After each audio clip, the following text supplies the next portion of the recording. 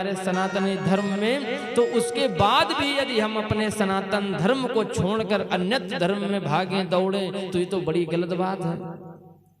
मैं किसी के धर्म का विरोध नहीं करता, सभी के धर्म अच्छे हैं और बढ़िया, अपने अपने धर्म का सभी पालन करें, लेकिन हम लोगों को भी चाहिए। अरे मैंने तो ये देखा कोई लोग ऐसे हैं अपने भगवान से कहते नहीं कि कोई समस्या, वो पीर बाबा के पास जा रहे हैं, वो फकीर बाबा के पास जा रहे हैं, जने कौन से हैं वहां जा रहे फलानी जगह।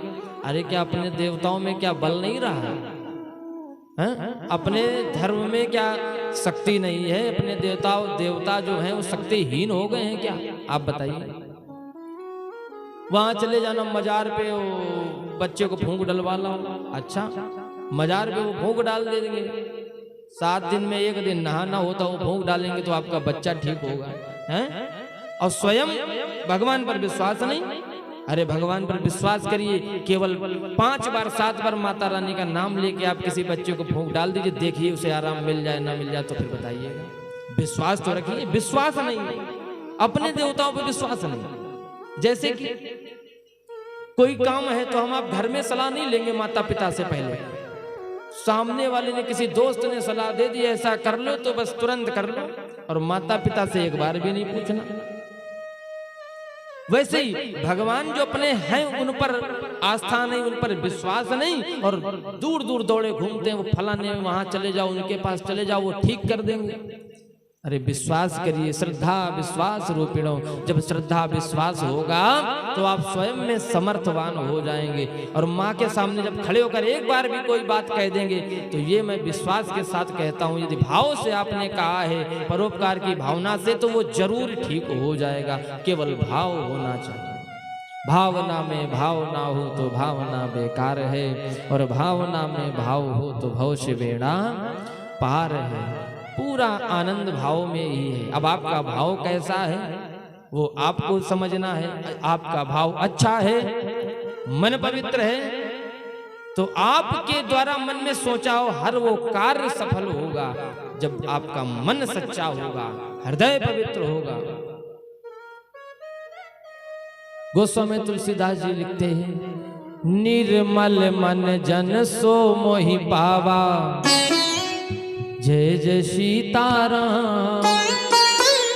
मोहि कपट छल छिद्र न भावा, जय जय सीताराम। भजो सिया रामा रामा, जय जय सीताराम।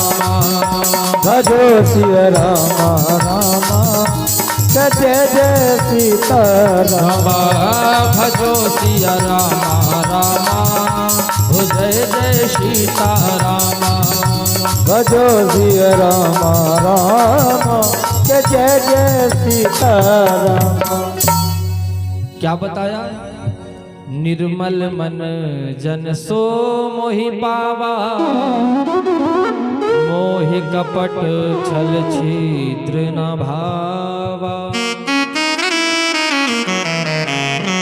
भगवान को केवल वही प्राप्त कर सकता है जिसका मन निर्मल होगा। निर्मल मन जन सो मोहि पावा, मोह कपट छल छिद्र न भावा। भगवान कहते हैं कि मुझे छल कपट द्वेष ईर्ष्या बुराई जिसके हृदय में है मैं उससे कभी प्रसन्न नहीं होता। प्रभु तो भाव के भूखे हैं, भाव से प्रभु को पुकारिए, देखते हैं प्रभु कैसे नहीं सुनते। जब भाव होगा, मन हमारा निर्मल होगा, हम अपने मन को ही निर्मल नहीं बना पाते।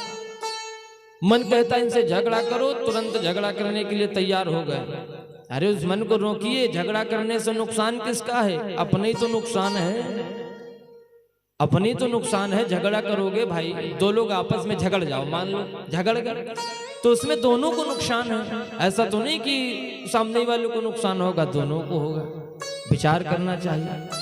क्रोध पर जो अंकुश लगा ले गया, आज के कलयुग में जिसने क्रोध को संभाल लिया तो समझ लो उसने पूरे जीवन को सुधार लिया, और जो अपने क्रोध पर नियंत्रण नहीं कर पाया तो समझ लो उसका जीवन व्यर्थ हो जाता। भागवत में एक श्लोक बड़ा सुंदर आता, ये मानवा पाप कर्तसु सर्वदा सदा दुराचारता विमार्गा क्रोधाग्नि दग्धा कुटिलाश्च कामिनः सप्ताह यज्ञेन कलौ पुनन्दिते। बड़ी सुंदर बात कहते हैं उसमें, कहते हैं जो मनुष्य क्रोध रूपी अग्नि में जल रहा है, बहुत क्रोधी स्वभाव का है, तो वो केवल एक ही स्थान है जहां से उसे सुख प्राप्त हो सकता है। वो क्या है? माँ भगवती की कथा सुने, भगवान की कथा सुने। यदि वो ऐसे कर्म करने लगता है, कथा सुनने लगता है, माँ भगवती पर विश्वास करता है, नित्य प्रति उनके दर्शन करता है, तो उसका जीवन धन्य हो जाता है। एक बार क्या हुआ, तुलसीदास जी महाराज जिस समय रामचरितमानस का निर्माण कर रहे थे, तो उन्होंने एक चौपाई लिखी। चौपाई में लिखा, सिया राम मैं सब जग जानी, जय जय सीताराम, करऊं प्रणाम जोर जुग पानी, जय जय सीताराम, भजो सिया रामा रामा, जय जय सीतारामा, भजो सिया रामा रामा, जय जय सीतारामा, भजो सिया रामा रामा, जय जय सीतारामा, भजो सिया रामा रामा, जय जय सीतारामा। क्या लिखा? सिया राम मैं सब जग जानी, करहु प्रणाम जोर जुग पानी। कहते हैं मैं इस पूरे संसार को सिया राम मैं जानता हूँ, सभी में मैं भगवान के दर्शन करता हूँ, ऐसा मन में भाव प्रकट करके और लिख दी चौपाई। और चौपाई लिख के मन में भगवान सभी के अंदर है, परमात्मा सभी में व्याप्त है। तो रास्ते में जा रहे थे, वहां लिख करके, और रात्रि का समय था तो रख दिया बंद की कुटिया, किसी काम से थोड़ा जाना था बाहर, तो बस निकल के चले। रास्ते में एक बालक मिला, बालक ने, छोटा सा बालक था, उन्होंने कहा कि स्वामी जी आप इधर से मत जाइए। स्वामी जी ने पूछा क्या बात है? तुलसीदास जी की बात मैं बता रहा हूँ। तुलसीदास जी ने पूछा क्या बात है, क्यों ना इधर से जाऊं? तो बोले आगे एक सांड देवता खड़े हैं, और वो जो भी निकल रहा उसको दौड़ा के मारते। तुलसीदास जी कहते हैं तब तो हम बिल्कुल जाएंगे। बोले क्यों? आप क्यों जाएंगे? आपको मारेगा नहीं? बोले हमें नहीं मारेगा, हम तो जान लेंगे इसमें भगवान बैठे हैं, सिया राम मैं सब जग जानी। मैं आज ही चौपाई लिख के आया हूँ, और ये प्रभु की प्रेरणा से ही मैं लिख के आ रहा हूँ, अपने मन से तो मैंने नहीं लिखी है। प्रभु जैसा हमें प्रेरणा दे रहा वैसा मैंने लिख दिया है। तो मैं जाऊंगा और उनको प्रणाम कर लूंगा, नहीं मारेंगे हमें, क्योंकि भगवान है उनमें, और भगवान की प्रेरणा से मैंने चौपाई लिखी है। और आगे चल पड़े, और जब आगे गए तो जैसे ही सांड देवता ने देखा, तो उसका तो कार्य था मारना, तो दौड़ करके आया और एक बार उठा के पटकी लगाई। जैसे पटकी लगाई तो तुलसीदास जी महाराज भागे वहां से, बचाए प्राणों को।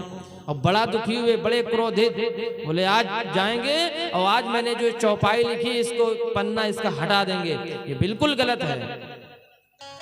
गए और जैसे उस पन्ने को फाड़ने लगे तो हनुमान जी महाराज प्रकट हो गए। बोले ये क्या कर रहे हो? अरे बोले चौपाई गलत है। बोले क्यों? बोले इसमें लिखा है सिया राम मैं सब जग जानी, सब में भगवान है। अरे जब सब में भगवान है तो सांड ने हमें मारा क्यों? हमने तो उनको प्रणाम किया था, हे प्रभु प्रणाम, और फिर भी उसने मार दिया हमें। चौपाई गलत। हनुमान जी महाराज कहते तुम्हारा सोचने का तरीका अच्छा नहीं, तुम समझ नहीं पा रहे। बोले तुमने चौपाई लिखी सिया राम मैं सब जग जानी। जब तुम यहाँ से चले थे जाने के लिए उस मार्ग पर, तो आपको एक बालक ने रोका था ना कि आप उधर मत जाइए। यदि आप उनमें भी भगवान को देख लेते कि इस बालक में भी भगवान है, और आप उसकी बात को मान लेते, तो आज ये दशा न होती। चौपाई आपने लिखी सिया राम मैं सब जग जानी, तो आप ये जो उस बच्चे में भी भगवान को देख लेते। आपने देखा ही नहीं उसमें भगवान। आप यही कहते हैं सब में भगवान है, आपने उस बच्चे में भगवान क्यों नहीं देखा? बोले हाँ बात तो सही है, ये बहुत बड़ी गलती हो गई हमसे, और क्षमा याचना मांगी हनुमान जी महाराज से। बिल्कुल बात सही है, ये हमारा ही अपराध है। हम काश उस बालक की बात को मान लेते, उसमें भगवान को देख लेते, तो आज ये हमारे साथ अनहोनी ना होती। ऐसे ही हम आप अच्छी बातें यदि कहीं बताई जाएं, यदि कोई कहने लगे तो कहते ये बड़े ज्ञानी हैं, ये दिन भर जब देखो तो बड़ा उपदेश करते हैं, और उसकी बात मानेंगे नहीं। और फिर अपने जब मन का करते हैं उल्टा सीधा हो जाता तब पछताते हैं, अरे ये बहुत गलत हो, काश मैं वो बात मान लेता, काश मैं अपने पिताजी की बात मान लेता और मैं ये कार्य न करता तो आज मुझे ये दुख ना उठाना पड़ता। और फिर पछताए होत का जब चिड़िया चुग गई खेत, जब सब कुछ समाप्त ही हो गया फिर क्या करोगे। इसलिए मनुष्य जीवन मिला है, बड़ा अनमोल है, ये साधारण नहीं, ये देवताओं को दुर्लभ है। ये देवता तरसते हैं कि हमको मनुष्य का जीवन मिल जाए, तो एक बार हम भी पृथ्वी लोक पर जाके देख लें, लेकिन ये साधारण बात नहीं मिलता है। जो बड़े पुण्य करते हैं, बहुत ऐसे कुछ अच्छे पुण्य किए होंगे तो मनुष्य का शरीर प्राप्त होता है। 84 लाख योनियों में केवल एक बार मनुष्य का शरीर मिलता है, और फिर अनेक प्रकार की योनियों में भटकना पड़ता, कभी चीटा बन जाओ, कभी चींटी बन जाओ, पता नहीं क्या क्या बनना पड़ता है। इसलिए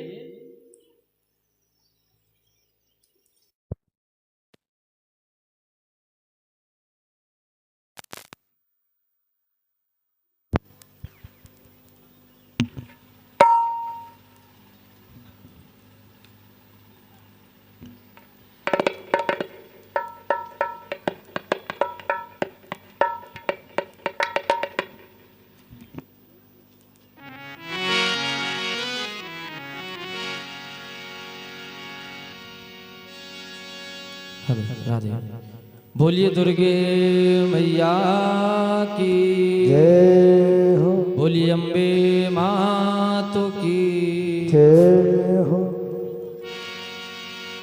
आज हम सभी बैठ करके माँ भगवती से बड़े सुंदर भाव से, माता रानी से, राधा रानी से बड़े हृदय से प्रार्थना करेंगे, हे मैया, यदि अभी तक हमारे अंदर अच्छे विचार नहीं जागृत हुए, लेकिन आज हमारे अंदर अच्छे विचार हैं, मैं आपकी कथा सुनने के लिए बैठा हूं, तो आज मुझे ऐसी सद्बुद्धि प्रदान करें, ऐसा ज्ञान प्रदान करें कि मुझसे किसी का कभी अहित ना हो। मैं यदि कुछ कर सकूं तो परोपकार की भावना से जितना भी कर सकता हूं, मेरे अंदर वो सामर्थ्य देना कि मैं दूसरे का हित कर सकूं। हे मैया रानी, हमारे शरीर से किसी के प्रति हमारा ये हाथ, हमारे ये पैर किसी के लिए कभी गलत काम के लिए ना उठे, अच्छे के लिए उठें, दान करने के लिए उठें, लोगों की सहायता करने के लिए हाथ उठें। हे मैया रानी, ऐसी कृपा कर दो। माता रानी से कहेंगे, राधा रानी से, माँ भगवती और राधा रानी में बिल्कुल भी अंतर नहीं, वही राधा रानी है, वही माँ भवानी है, वही जगदम्बा है। तो आइए बड़े भाव से सभी भक्त कहेंगे, लाडली श्यामा जो। माता रानी से कहें, हे राधा रानी, ऐसी कृपा करिए कि एक बार तो वृंदावन आए, बरसाने आए और वहां आपका दर्शन करें, बिहारी जी का दर्शन करें, राधा रानी का दर्शन करें, ऐसा मुझे एक बार सौभाग्य दे दो। लाडली श्यामा जो रख लो मुझे बरसाने में, लाडली श्यामा जो रख लो मुझे बरसाने में, लाडली श्यामा जो रख लो मुझे बरसाने में, लाडली श्यामा जो रख लो मुझे बरसाने में।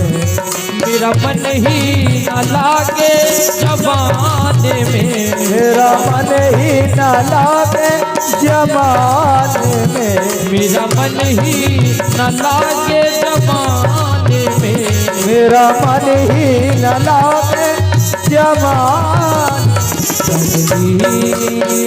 श्यामा जो रख लो मुझे बरसाने में, लाडली श्यामा जो रख लो मुझे बरसाने में। जय हो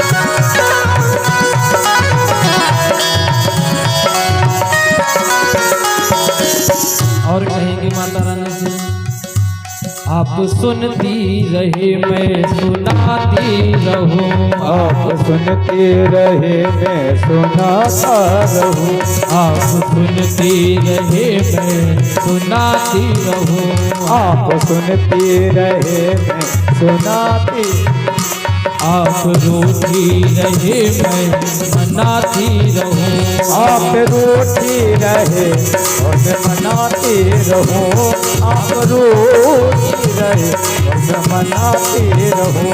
अच्छी गुजरेगी ओ अच्छी गुजरेगी सुनने सुनाने में, अच्छी गुजरेगी सुनने सुनाने, लाडली श्यामा जो रख लो मुझे बरसाने में, लाडली श्यामा जो रख लो मुझे बरसाने में।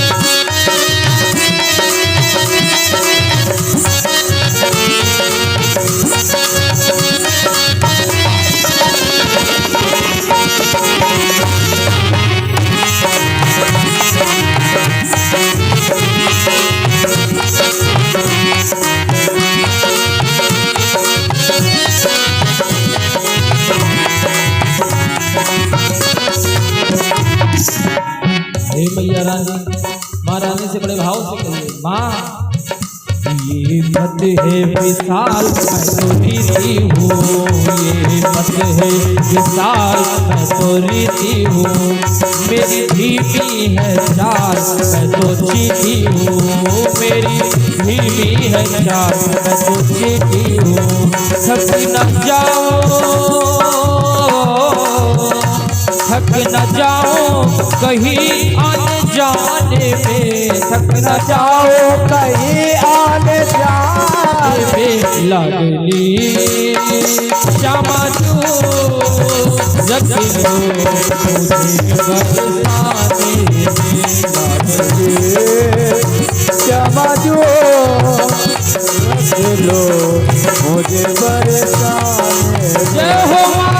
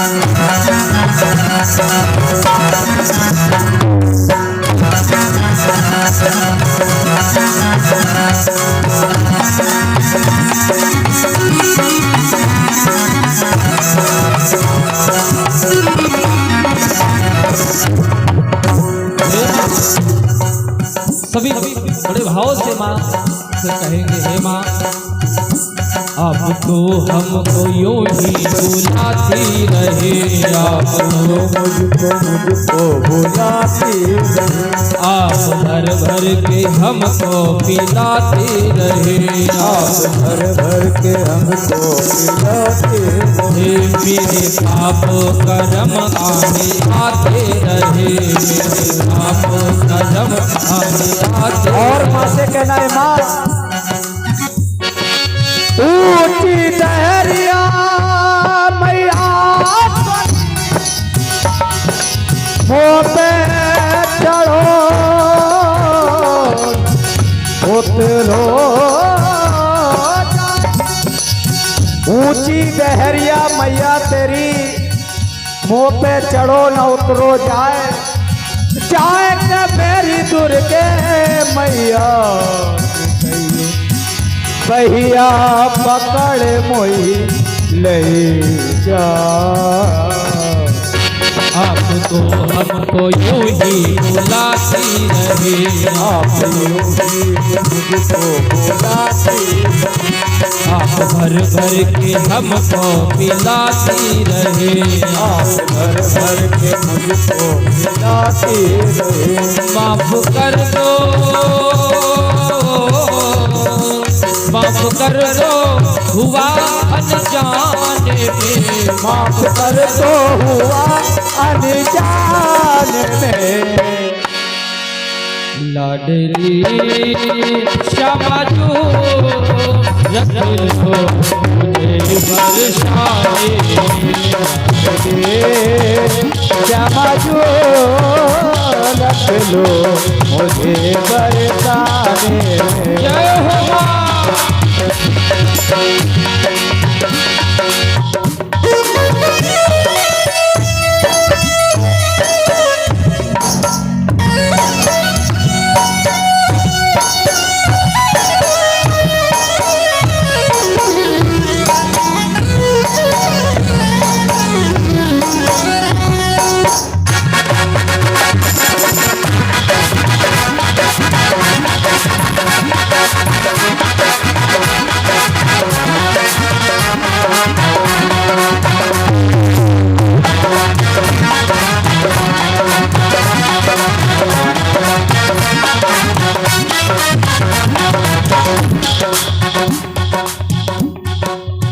जितने भी भक्त यहाँ पर बैठे हैं, कौन कौन माता रानी का दास बनना चाहता और कौन कौन दासी बनना चाहता है? हाथ उठाइए कौन, सभी लोग। दास कौन कौन बनना चाहता मैया रानी का दास?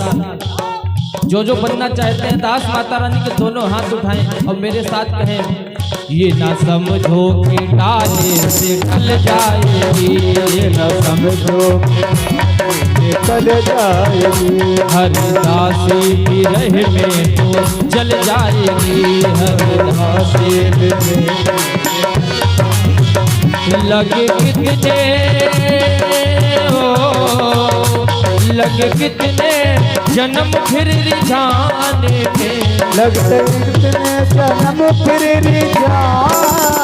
मैया से बड़े भाव से कहेंगे, माँ पता नहीं कितना समय मेरा लग जाए आपको रिझाने में, ये मुझे पता नहीं मैं आपकी भक्ति आगे कर पाऊँ या न कर पाऊँ, लेकिन हे माँ आज मेरा सच्चा मन और ये हृदय आपके प्रति बिल्कुल आतुर है, व्याकुल। हे माँ आज मेरी इस वाणी को, मेरे इस भाव को आप सहज स्वीकार करें। माँ से कहें, लगे कितने जन्म फिर रिझाने में, लगे फिर कितने जन्म रिझाने, लगे कितने जन्म फिर रिझाने में, लगे कितने जन्म फिर रिझाने। सभी भक्त कहेंगे, क्या बोलेंगे? लाडली श्यामा जो रख लो मुझे बरसाए, श्यामा जो रख लो मुझे बरसाए, श्यामा जो रख लो मुझे बरसाने में। मेरा मन ही न लागे जमाने में, मेरा मन ही हो मेरा मन हाय हाय हाय मेरा मन ही ना लागे जमाने मेरा मन ही न लागे जमाने में, मेरा मन ही ना लागे जमाने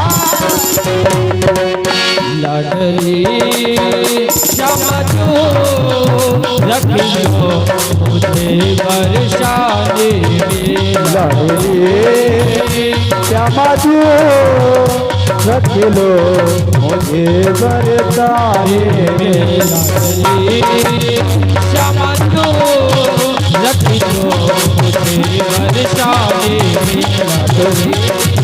समझो रख लो मुझे बरसाने में, रख लो मुझे बरसाने में, रख लो मुझे बरसाने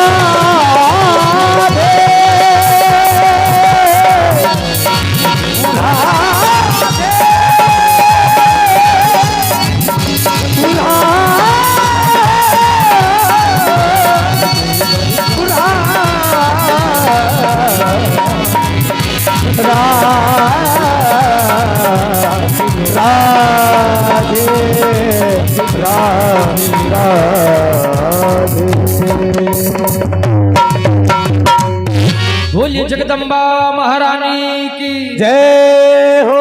जरा जोर से बोलिए, बोलिए पौना सरकार की। ये अपौना एक सरकार है, यही चला रहे हैं पूरे गांव के, ये बात मत भूलिएगा। पूरे गांव को चलाने वाली हैं, पूरे नगर को चलाने वाली मैया है। तो इनके जयकारे में कभी कंजूसी नहीं करनी चाहिए, और जो जयकारा लगाने में कंजूसी करता है तो उसके पास हर प्रकार की कंजूसी उपलब्ध हो जाती है। कभी नहीं, भगवान की कथा में जाएं, सत्संग में जाएं, भजन सुने, ताली जितनी हो सके उतनी बजाइए। लोग कहते हैं पंडित जी जरा हाथ देख लो, मेरा बड़ा समय खराब चल रहा है। पंडित जी को ना दिखाइए, अरे अपने हाथ मैया रानी को दिखा दीजिए, सब कुछ ठीक हो जाएगा। जिसे दिखाना उसे दिखाते नहीं, लिए लिए घूमते, भैया तुम देख लो, तुम देख लो, बड़ा परेशान है। अरे जो सब कुछ जानने वाला, जो सब कुछ जानता है, उसको दिखा दीजिए कि मैया रानी इसे आप सही करिए, सब कुछ अच्छा होगा। ताली बजाइए, जितना भजन में हो सके ताली बजाइए, जितना हो सके माता रानी का नाम लीजिए। जितने बार आप ले लेंगे नाम, देखिए घर से चले कथा पांडाल में आए, अब तो कोई काम तो कर नहीं रहे यहाँ, केवल एक ही काम, कथा सुनना। केवल जब कथा ही सुनना है तो पूर्ण रूप से क्यों ना हम उस कथा में रम जाएं, हमारा पूरा शरीर पवित्र हो जाए। चल के आए, हमारे पैर पवित्र हो गए, जब पैरों से चल के आए वहां से कथा सुनने के लिए पैर पवित्र हो गए। कथा में बैठे, संकीर्तन हुआ, ताली बजाई, हमारे हाथ पवित्र हो गए। मुख से मैया रानी का नाम लिया, जयकारा जोर से बोला जय, तो हमारा ये मुख पवित्र हो गया। और जब भगवान की मैया रानी की कथा को हृदय में सुनते गए, उतारते गए, तो ये हृदय भी परम पवित्र हो जाता है। बोलिए दुर्गे मैया की। बात सही है ना, गलत तो नहीं है बिल्कुल। इसलिए भाव से, भाव को भाव अनख आलस हो। परमात्मा तो इतना दयालु, वो कहता भाव से मेरा नाम लो, चाहे तो भाव से लो, चाहे प्रेम से बोलो मेरी मैया, चाहे बोलो ए मैया। भाव से कहोगे तब भी माँ सहज, क्योंकि माता कभी गुमाता नहीं हो सकती। माता एक ऐसी है जो उसको किसी भाव से पुकारो, कैसे भी उसे कुछ कह दो, सहज उसको सुनती है। और वो कितना भी बुरा बालक क्यों ना अपनी माँ को कहे, लेकिन माँ के लिए वो बालक बालक ही होता, उसे पुत्र ही मानती है। पुत्र भले ही अपनी माँ को ठुकरा दे, शादी हो जाए तो भूल जाए, लेकिन माता पिता कभी अपने पुत्र से स्नेह कम नहीं करते, कभी नहीं कम करते। केवल ये पुत्र को लग सकता है ऐसा कि नहीं हमसे कम प्रेम करती हैं, हमारा ख्याल नहीं रखती। अरे तुम्हारा ख्याल नहीं रखा तो इतने बड़े तुम कैसे हो गए? इतना बड़ा करने वाली तो हैं तो हमारे माता ही पिता, कि जिन्होंने हमको पाल पोस करके हमको इतना बड़ा कर दिया।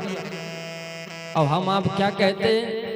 आज मैया ने जरा सा कुछ कह दिया तो उनसे झगड़ गए, पिताजी ने कुछ बता दिया तो उनसे लड़े जा रहे हैं। उनकी बात नहीं मानते।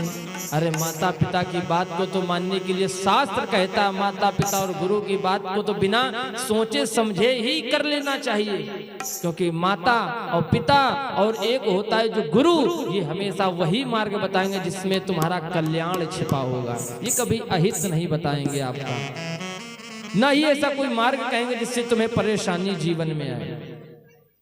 इसलिए हमेशा इस बात का स्मरण रखना चाहिए कि माता पिता की सेवा करो, और यदि माता पिता की जिसने सेवा कर ली तो जीवन उसका सुधर जाता है। भगवान तो यहाँ तक की छूट दे देते हैं कि आपके पास समय नहीं है, केवल अपने माता पिता के घर पे ही रह के सेवा कर लीजिए। भगवान कहते हैं मैं उतने ही सही प्रसन्न। लेकिन आज का समय है कि माता पिता की तो सेवा बिल्कुल न करी जाए। पिताजी आ रहे हैं, पुत्र का धर्म होता है, अरे पिताजी कहीं से आए, थोड़ा सा पिताजी से हालचाल पूछे, पिताजी कैसे हो? पिताजी आज बहुत थक गए होगे, लाओ थोड़ा सा मैं आपके पैरों को दबा दूं। आज के समय में अगर देखा जाए कितने ऐसे लोग हैं जो पैर दबाते हैं अपने माता पिता के। हमें तो लगता है कि मुश्किल है, कोई नहीं है लग रहा है यहाँ है भाई, ऐसा नहीं है मैया हैं अभी भी सेवा करती माता पिता की, और भी माताएं होंगी यहाँ जो सेवा करती होंगी। अच्छा ये बताइए कौन कौन अपने पति की सेवा करता है? हाथ उठाइए, कौन कौन अपनी पति की बात को मानता और उनकी सेवा करता है? अब सेवा का मतलब एक ही नहीं कि पैर ही दबाना, पति आए तुरंत लेकर के पानी, ये लीजिए जल, आप प्यासे होंगे थोड़ा सा ले लीजिए। आज आपका दिन ठीक रहा, कोई समस्या तो नहीं? कौन कौन ऐसा है जरा दोनों हाथ उठा के बताइए। हाँ सामने बैठे होंगे पति देवता, हिसाब से उठाना, अगर करते हो तो उठाना। हाँ अच्छा ये बताइए कितने पति ऐसे हैं जो पत्नी की सेवा करते हैं? अब बताइए जरा, हाथ उठाइए। वाह देखो हमारे वो संगीत वाले भैया पीछे खड़े हैं, खूब सेवा करते हैं और करना चाहिए। केवल ये धर्म नहीं कि पत्नी ही पति की सेवा करे। यदि पत्नी को कोई समस्या है, देखिए एक कन्या एक पति के लिए ही अपने पूरे घर परिवार को छोड़ करके हमेशा के लिए अपने उस पति को अपना लेती, सर्वस्व मान लेती। अब आपसे कह दिया जाए अपने घर को छोड़ के कहीं चले जाओ, वहीं रहना, क्या ऐसा है? कर पाएंगे हम? आप नहीं कर पाएंगे। लेकिन वो एक कन्या होती है, वो सब कुछ छोड़ देती है केवल एक अपने पति के लिए। उसके भाव को समझिए। वो सारे संसार को अपने छोड़ के आपके पास आ गई, तो आपका भी दायित्व बनता है जब उसे कोई समस्या हो, कोई परेशानी हो, तो उसमें बिल्कुल भी शर्म नहीं करनी चाहिए। जैसे पत्नी आपकी सेवा करती है, यदि वो समस्या में है तो हमारा भी दायित्व बनता है कि हम भी उसके कंधे से कंधा मिला करके उसका हौसला मजबूत करें कि नहीं तुम चिंता मत करो, जब तक मैं तुम्हारे साथ हूं तुम्हें कोई समस्या होने नहीं दूंगा। जब विवाह होता है 7 वचन दिए जाते हैं, उसमें भी ये होता है कि पति का धर्म होता है कि पत्नी के हर सुख दुख में वह साथ दे, और पत्नी का भी धर्म होता है कि अपने पति के सुख दुख में साथ में चले। यदि आज पति के पास गरीबी या धन नहीं है तो भी उसको एडजस्ट करे। वो ऐसा नहीं कि आज पैसा नहीं तो लड़ रही झगड़ रही, हमारे लिए ये साड़ी नहीं ला रहे, वो नहीं ला रहे। जैसा है वैसे में गुजारा करो। प्रभु से कामना करो कि प्रभु माता रानी ऐसा करो कि हमारे पति देवता और अच्छा काम करें, खूब तरक्की करें, और जब अच्छा होगा तो अपने आप अच्छा ही होगा। फिर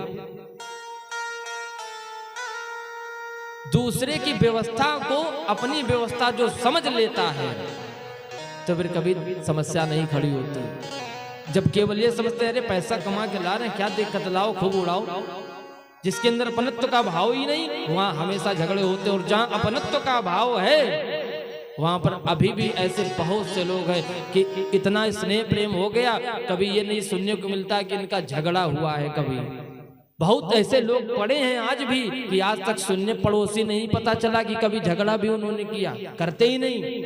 पति देवता ने यदि थोड़ा सा गुस्सा कर दिया तो पत्नी बिल्कुल शांत, बोलना ही नहीं। जब बोलोगे नहीं तो पति देवता थोड़ी देर गुस्सा करेंगे, जब जवाब ही नहीं मिलेगा कुछ तो अपने आप शांत हो जाएंगे।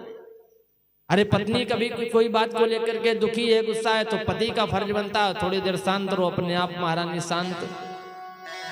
और जब दोनों लोग, उन्होंने कहा ऐसा क्यों नहीं किया, बोले ऐसा हम बिल्कुल नहीं करेंगे। अल्लू चालू हो गई महाभारत, झगड़ा चालू हो गया। तो इसलिए हमें इस बात का हमेशा ध्यान रखना चाहिए, पति पत्नी एक दूसरे के पूरक हैं, एक दूसरे का सम्मान, एक दूसरे की मर्यादा में रह करके एक दूसरे का सम्मान करना चाहिए, एक दूसरे की सेवा समय समय पर। पति को परेशानी है तो पत्नी का दायित्व बनता है कि अपने पति की सेवा करे। यदि पत्नी बीमार है, असहाय है, कुछ करने लायक नहीं है, समस्या से पीड़ित है, तो पति का धर्म बनता उस समय वो न सोचे कि हम इसके पति हैं तो हम इसके पास बैठ जाएंगे, इसका सर दबा देंगे या इसका हाथ दबा देंगे या पैर दबा देंगे तो लोग कहेंगे अरे देखो पत्नी की सेवा कर रहा है। अरे पत्नी 1 वर्ष लगातार मेरी सेवा कर सकती है तो क्या 1 वर्ष में 1-2 बार भी हमारा दायित्व तो नहीं बनता यदि वो परेशानी में है कि हम उसकी सेवा करें? बिल्कुल बनता है। ये बराबर का रिश्ता होता है, इसमें कोई छोटा बड़ा होता ही नहीं। ये तो माताओं की, ये मान के चलिए बहुत ही हृदय उनका इतना परम पवित्र है, इतनी करुणामयी होती हैं कि वो खुद उनका इतना भाव निर्मल होता है। अपने आप से पति देवता आते हैं, तुरंत ये लीजिए जल, कैसे रहे, कैसे ठीक रहे, अच्छे से रहे, सारी बातें पूछती हैं। आपको टेंशन है तो समझा भी देती हैं, आप चिंता मत करो, आज पैसा नहीं है, परेशान ना हो, जब होगा तब हम ये वस्त्र ले लेंगे, अभी हमें आवश्यकता नहीं है। दोनों लोगों को मिल के चलना चाहिए। भागवत सुन लो या देवी भागवत सुन लो, चाहे कोई भी कथा सुन लो, यदि जीवन में ये सब कुछ नहीं उतारा तो समझ लीजिए कथा सुनना और ना सुनना ये बराबर हो जाता है। कथा सुनने का केवल मतलब नहीं होता कि ध्रुव चरित्र सुन लिया, प्रहलाद चरित्र सुन लिया, जन्मेजय की कथा सुन ली, देवी मैया की कथा सुन ली तो बस उद्धार हो गया। उद्धार तो तब होगा जब इस संसार को हम सुखी करें, अपने न ज्यादा कर सके तो कम से कम अपने परिवार का ही सुख के विषय में सोचे, हमारा परिवार ही सुखी रहे। ये भाव होना चाहिए हृदय में। और जो ऐसे निर्मल भाव जिसके हृदय में होते हैं तो परमात्मा भी उसकी खूब भरपूर मदद करता है। और जिसकी सेवा, जिसकी ये परमात्मा स्वयं तत्पर हो तो उसे किसी की जरूरत भी नहीं होती। माता पिता की सेवा करिए। संत कहते ना जरूरत उसे पूजा और पाठ की, जिसने सेवा करी अपने माँ बाप को। जिसने माँ बाप की सेवा कर ली, अपने पति की सेवा कर ली, तो समझ लो परमात्मा की सेवा से बढ़कर हो जाता है। भगवान कहते हैं, स्वयं नारायण कहते हैं कि मैंने इंसान को बनाया। हमको आपको किसने बनाया? भगवान ने बनाया।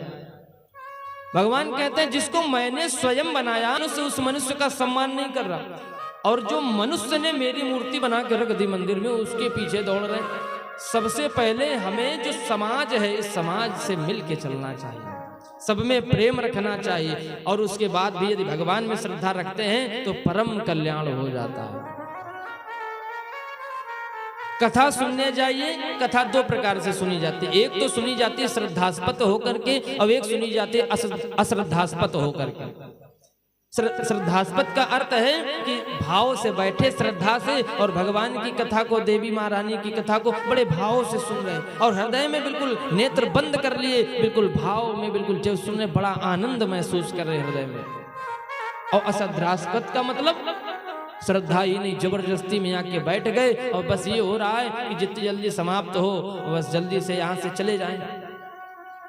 ये क्या है? अश्रद्धा हमारे अंदर जन्म ले रही। और जब तक श्रद्धा हमारे अंदर यदि है तभी तक परमात्मा का संग हमारे साथ है। और जब हमारे हृदय में अश्रद्धा आ जाती है, अंधकार व्याप्त हो जाता है, तो परमात्मा हमसे दूर हो जाता है। परमात्मा हर जगह है, कण कण में है, सब जगह है, लेकिन उसे देखने के लिए वो नेत्र चाहिए कि जिन नेत्रों से हम उसे देख सकें, पहचान सकें। संत बड़ी सुंदर बात कहते हैं, गोस्वामी तुलसीदास जी महाराज लिखते हैं, कलयुग के विषय में लोग कैसे हैं। गोस्वामी तुलसीदास जी महाराज कहते हैं, काहू की जो सुनई बड़ाई, जय जय सीताराम।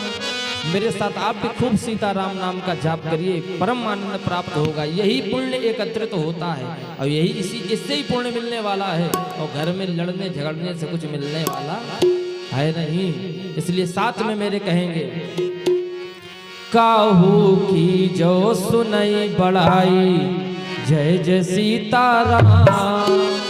श्वास ले ही जन जोड़ी आई, जय जय सीताराम। भजो सिया रामा रामा, हो जय जय सीताराम। भजो सिया रामा, भजो सिया रामा रामा, हो जय जय सीताराम। भजो सिया रामा रामा, कि जय जय सीताराम। क्या लिखा गोस्वामी तुलसीदास जी ने? काहू की जो सुनाए बढ़ाई, श्वास ले ही जन जूड़ी आई। कलयुग में आज के समय में लोग पता कैसे हैं, किसी की यदि बड़ाई सुन ले, जैसे कोई कहने लगे अरे फलाने ये जो चाचा जी हैं बहुत अच्छे, रोज मंदिर जाते हैं। अब जिससे कह रहे हैं कोई बता रहा, अरे वो दिखावा करते हैं, भला मंदिर ऐसे ही जाते हो, अंदर से ईर्ष्या हो गई। कितना भी कोई जो भगवान का भक्त है, देखिए जो भगवान का भक्त है मंदिर रोज जाता, तो लोग क्या कहते हैं पता उसे? अरे बड़ा भगवान का देखो भक्त बनता है, सुबह मार नहाने लगता, लिए माला घूम रहा है। अपना तो कर नहीं रहे, कभी भगवान का नाम लेने में आफत है, और दूसरा यदि कर रहा है तो समस्या है। और दूसरे की जब प्रशंसा सुनते हैं तो उनको बड़ी उलझन होती है। आज के मनुष्यों को श्वास ले जन जुड़ी आई, उन्हें ऐसा लगता है जैसे बुखार आने वाला है। दूसरे की प्रशंसा नहीं सुन सकता आज का मनुष्य, केवल अपनी प्रशंसा। उसकी प्रशंसा करो, देखो कितने प्यार से कहता है, हाँ भैया बहुत, मैं बिल्कुल सही कह रहे हो, मैं ऐसा हूँ, मैं ऐसा कर पाता हूँ, मैं सब कुछ जानता हूँ। लेकिन यदि पड़ोसी की प्रशंसा कर दो, अरे एक नंबर का मक्कार है, उसकी तुम बात बता रहे हो, हम खूब जानते हैं। केवल अपनी प्रशंसा। आगे लिखते हैं गोस्वामी तुलसीदास जी महाराज, कहते हैं जब काहू की देखें विपत्ति, जय जय सीताराम। सुखी भय मानो नृप जपति, सुखी भय मानो नृप जगति, जय जय सीताराम। भजो सिया रामा रामा, हो जय जय सीताराम। भजो सिया रामा रामा, कि जय जय सीताराम। भजो सिया रामा रामा, हो जय जय सीताराम। भजो सिया रामा रामा, कि जय जय सीताराम। बहुत सुंदर बात लिखते हैं, जब काहू की देखे विपत्ति, सुखी भय मानो नृप जगति। जब किसी को दुखी देखते हैं, देख लिया कि आज इसके पास भोजन करने की व्यवस्था नहीं, आज इसके पास खाने के लिए, बड़े प्रसन्न, बहुत अच्छा, ठीक है। पड़ोसी का एक्सीडेंट हो गया, पैर टूट गया, अरे बहुत अच्छा हुआ, इसका ये भी टूट जाता। सुखी भय मानो नृप जगति। जब दूसरे को दुखी देखते हैं तो उनको एक राजा के समान सुख प्राप्त होता है कि अरे वाह, उस समय उसको लगता है अब तो मैं राजा हूं। जैसे राजा को सुख होता है ना, वो अपने आप को वैसे ही महसूस करता है। सुखी भय मानो नृप जगति। ये संसार तब सुखी होता है जब दूसरे को दुखी देखता है। और यदि किसी को सुखी देख ले, किसी को देख ले पड़ोसी के पास, भैया आज कार आ गई नहीं तो आफत हो गई, अरे दैया कार कैसे आ गई, हमारे पास मोटरसाइकिल नहीं, टूटी साइकिल नहीं, इनके पास कार आ गई। अच्छा कमाने लगे, परिवार में यदि स्नेह प्रेम है तो आफत हो गई, बड़े दुखी हैं, देखो इनका परिवार कितना प्रेम से मिलके चल रहा, उसके लिए आफत में पड़े हैं। मतलब ये संसार किसी को सुखी देखना चाहता ही नहीं है, केवल सुखी रहना चाहता कि हम सुखी हों, बाकी सब चाहे कुएं में चले जाएं, कोई प्रभाव नहीं, कोई मतलब नहीं, केवल अपना भला हो जाए। और जो व्यक्ति केवल अपना भला सोचता है, तो मैं ये कहता हूं कि जो केवल अपना भला सोचता है वो पता कैसा, वो मनुष्य नहीं है, वो केवल सूकर के समान है। सूकर कहते हैं सुअर को, केवल अपना पेट भर लेना, दूसरे से मतलब ही नहीं, उल्टा सीधा खा के कैसे अपना भला हो जाए, दूसरे से मुझे मतलब नहीं। तो जीवन में अपने साथ साथ हमें सबका सहयोग करना चाहिए, अपने से जितना हो सकता करना चाहिए। गोस्वामी तुलसीदास जी महाराज लिखते हैं, झूठ लेना झूठ देना, जय जय सीताराम। झूठ भोजन झूठ चबेना, जय जय सीताराम। भजो सिया रामा रामा, हो जय जय सीतारामा। भजो सिया रामा रामा, हो जय जय सीतारामा। भजो सिया रामा रामा, जय जय सीताराम।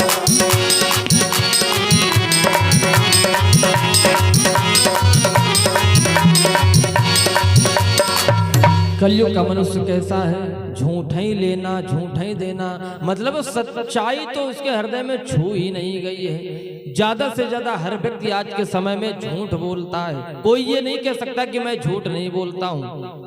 हर व्यक्ति कहीं ना कहीं झूठ बोल देता। खड़े गांव में है, यहाँ फोन आ गया, बोले भैया हम तो कैंजरी में बैठे हैं, हम गांव में नहीं हैं। मतलब जब से ये फोन चल गया है तब से आदमी और झूठ बोलने लगा है। पहले जब चिट्ठी चलती तो उसमें सच्चाई लिखते थे, आज अम्मा खत्म हो गई हैं। अब तो झूठा ही फोन में बता दिया। किसी ने कहा भैया ऐसा ऐसा काम है, बोले मामा चले गए। अच्छा एक और चीज है, मामा ही को सब कहते हैं। पता नहीं ऐसा क्या है कि मामा के पीछे सब पड़े रहते हैं। हमें जब एक बार एक ट्रेन से जा रहे थे तो एक पंडित जी थे, तो उन्होंने कहा आओ कानपुर सेंट्रल से निकल चलते हैं साथ में। हमने कहा ठीक है। गए तो हमें क्या पता था इन्होंने टिकट नहीं लिए, और बैठ गए। हमने भी पूछा नहीं, जब हमें बुलाया तो हमने सोचा इन्होंने अपना पहले से टिकट ले ली होगी। अब थोड़ी दूर चले, रास्ते में टीटी आ गया, बोले टिकट दिखाओ। तो हमने कहा इनसे मिलो। अब उनके पास तो टिकट थी नहीं, वो हमसे कहते हैं टिकट नहीं है। तो हमने कहा तुमने ली नहीं? बोले हम सोच रहे थे थोड़ी दूर तो जाना है, तब तक पहुंच जाएंगे, टीटी कहाँ मिलने वाला है। अब टीटी कहता क्यों पंडित जी टिकट नहीं ली हो, क्यों नहीं ली टिकट? पंडित जी कहते हैं बहुत आकस्मिक समस्या हो गई, इसलिए जल्दीबाजी में टिकट नहीं ले पाए। बोले क्या? वो बोले मामा चले गए। कहाँ चले गए? बोले मामा मर गए। तो हमने उनसे पूछा, हमने उस समय सोचा वास्तव मर गए होंगे मामा, हमें बताया नहीं। हमने पूछा क्यों? हमें तो नहीं बताया मामा मर गए। बोले मरे नहीं थे, हमने कह दिया था मामा मर गए। तो ये एक परंपरा हो गई कि किसी को कोई मारता ही नहीं। जब कोई बात होगी भैया क्या बताएं मामा चले गए, तो बस वहीं पे आए, हम तो नहीं आ पाएंगे आपके पास, आज मामा नहीं रहे। तो ये परंपरा, झूठ ही लेना झूठ ही बोलना। और जबकि पता क्या कहा गया है, सांच बराबर तप नहीं, झूठ बराबर पाप। सत्य बोलने के बराबर तप नहीं। आप भले ही मंत्र ना जानते हो, कुछ ना विधान जानते हो, लेकिन यदि सत्य भाषी हैं, सत्य का अवलोकन करते हैं, सत्य का भाषण करते हैं, सत्य बोलते हैं, तो ये मान के लिए बहुत बड़ी भक्ति है। सत्य क्या है? सत्य ही परमात्मा है। बाकी ये संसार तो असत्य है, जिसको हम आप सत्य मानते कहते हैं ये देखो फलाने ढिकाने, ये सत्य है, बिल्कुल सत्य नहीं। क्यों? क्योंकि यदि सत्य हो तो वो हमेशा बना रहे। सत्य कभी जाता ही नहीं, सत्य हमेशा रहता है। और हम आप क्या सत्य हैं? बिल्कुल नहीं सत्य हैं, असत्य हैं। क्योंकि पता ही नहीं, आज तो यहाँ पे बैठे हैं, कल पता नहीं क्या हो जाए, किसको कुछ भरोसा नहीं। तो ये तो बेकार का है, दिखावा है केवल शरीर की, हम हैं वो है कुछ नहीं। सत्य केवल क्या है? परमात्मा। और यदि सत्य बोलते हैं तो सत्य बात यह है कि जो सत्य का भाषण करता है, समझ ले वो नित्य निरंतर भगवान का ही जप करता है। इतना पुण्य मिलता है सत्य बोलने से। और एक अच्छी बात बता दूं आपको, किसी से कोई बात कोई हमसे पूछे, यदि मुझसे सही बात बता दें तो केवल एक ही बार पूछी जाती है। बता दी यही बात है, वो अडिग हो गई। और चार लोगों को पता, वो भी जब उनसे भी पूछे को बताएंगे नहीं यही बात है, बिल्कुल यही सच्चाई है। अब आप एक बात किसी से झूठ बोल दो और उसको सत्य साबित करने में न जाने कितने झूठ और बोलने पड़ जाते हैं पीछे से। किसी से बता दिया भैया मामा के यहाँ गए हैं, अब किसी को पता चला ये मामा के यहाँ तो नहीं, उससे आगे और कहीं गए। उसने कहा भैया आप तो कहते हैं मामा के यहाँ गए, हमें तो पता चला आप वहाँ गए थे। हाँ मामा के यहाँ गए थे, वहां से होते हुए फिर वहां चले गए थे। देखो गए वहां भी नहीं। अब एक झूठ बोला, उसके बाद ये दूसरा झूठ और बोल दिया। तो एक सत्य बोलने वो ना बोल करके हम कितने झूठ बोलते हैं। अरे सीधे सीधे एक सत्य बोल दें कि भैया हम वहां गए थे, दूसरा कोई उसका फिर उत्तर देना ही नहीं आपको। और एक तरह से भक्ति भी हो गई सत्य बोलना।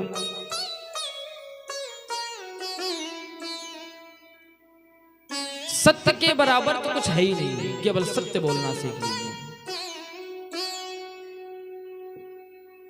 और कलयुग का समय, कलयुग के समय में तुलसीदास जी ने एक बड़ी सुंदर बात लिखी, वो भी बताएंगे आपको।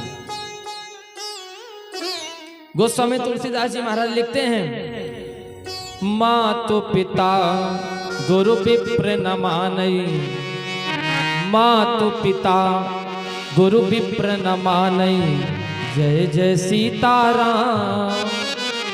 आप गए अरुघालय आलय, जय जय सीताराम। भजो सिया रामा रामा, हो जय जय सीतारामा। भजो सिया रामा रामा, कि जय जय सीतारामा। भजो सिया रामा रामा, हो जय जय सीतारामा। भजो सिया रामा रामा, कि जय जय सीतारामा।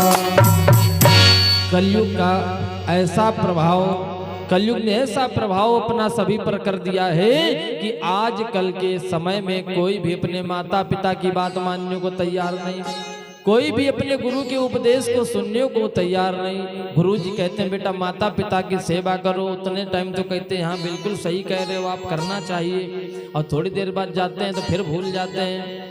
पिताजी ने कुछ कहा तुरंत मना कर दिया, बोले बहुत आप अब आपको बुढ़ापा हो गया फिर भी आप शांत नहीं बैठते हो। अब आपकी बुढ़ापे का समय है इसलिए आपकी बुद्धि काम नहीं करती, इसलिए आप मत बोला करो। ऐसा कहते हैं बहुत से लोगों को मैंने सुना है, लोगों के घरों में देखा कि ऐसे ही अब शब्द बोल देते पिताश्री से, जिसने छोटे से इतना बड़ा कर दिया पाला पोषा, और उसी से कह देते तुम क्या जानते हो बताओ। कितनी बड़ी बात है, केवल क्या कह दिया तुम कितना जानते हो। अब पिता ने यही सोचा कि हमने इसे पाला, हमने ही बड़ा किया, आज वही हमसे कह रहा है कि तुम कितना जानते हो। दुख होता है, हृदय में कष्ट होता है कि जिसको मैंने इतना बड़ा कर दिया, इतना योग्य बना दिया, पढ़ाया लिखाया, और वही आज हमसे कह रहा तुम कुछ जानते नहीं हो, बुढ़ापे की वजह से तुम्हारी मति भ्रमित हो गई। ऐसा उस समझिए उस पिता को कितना कष्ट होता होगा। कलयुग का प्रभाव कि कोई अपने माता पिता की बात मानना नहीं चाहता, केवल मनवाना सब चाहता है। जीवन में जब तक बराबर का भाव नहीं होगा तब तक ये जीवन में हमेशा दुख उठाते रहोगे, उठाते ही रहोगे। कभी सुख मिलेगा नहीं, सोचोगे सुख मिलेगा लेकिन नहीं, क्योंकि जब हम आप सोचते हैं कि अब सुख मिलेगा तो फिर सुख नहीं, फिर दुख मिलता है। मन चेती नहीं होत है प्रभु चेती तत्काल। प्रभु ने जो वहां से आपके लिए कुछ अच्छा सोच लिया तो सोचने मात्र से आपका अच्छा हो जाएगा, और आप जीवन भर अपने अच्छे के लिए सोचते रहिए, लेकिन कभी होने वाला है नहीं। केवल मन में सोचते रहिए हम ये कर लेंगे वो कर लेंगे, कुछ नहीं कर सकते आप। यदि कर सकते हो, यदि उसके सहारे हो जाओगे तो सब कुछ करने में समर्थ हो जाओगे। यदि उसका सहारा नहीं लिया तो कुछ नहीं कर पाओगे।